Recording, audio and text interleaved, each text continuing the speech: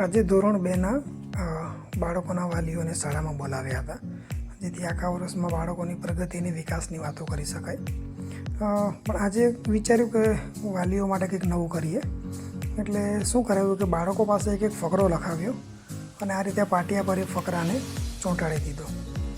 વાલીઓને બાળકોનું પરિણામ તો આપ્યું, પણ વાલીઓને કામ એ સોંપ્યું કે તમે લોકો આ જે ફકરા લખ્યા છે એમાં તમારા બાળકના અક્ષર ઓળખો. એમાં મજાની વાત એ છે કે જે વાલીઓએ ઘરે બાળકનું લેસન ચેક કર્યું હશે, શિક્ષક શું લેસન આપે છે, શિક્ષક શું કરાવ્યું હશે, એ જોતા હશે, એ જ વાલીઓ પોતાના બાળકના અક્ષર ઓળખી શક્યા. અને બાકીના વાલીઓ પોતાના બાળકના અક્ષર પણ ના ઓળખી શક્યા. એટલે આજે અમને પણ જાણવા મળ્યું કે કેટલા વાલીઓ સજાગ છે અને વાલીઓને પણ મજા આવી એમ કે અમારા બાળકના અક્ષર અમે જ ન ઓળખી શક્યા.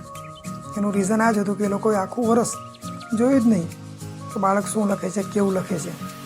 તો ખૂબ મજા આવી આજે. Thank you.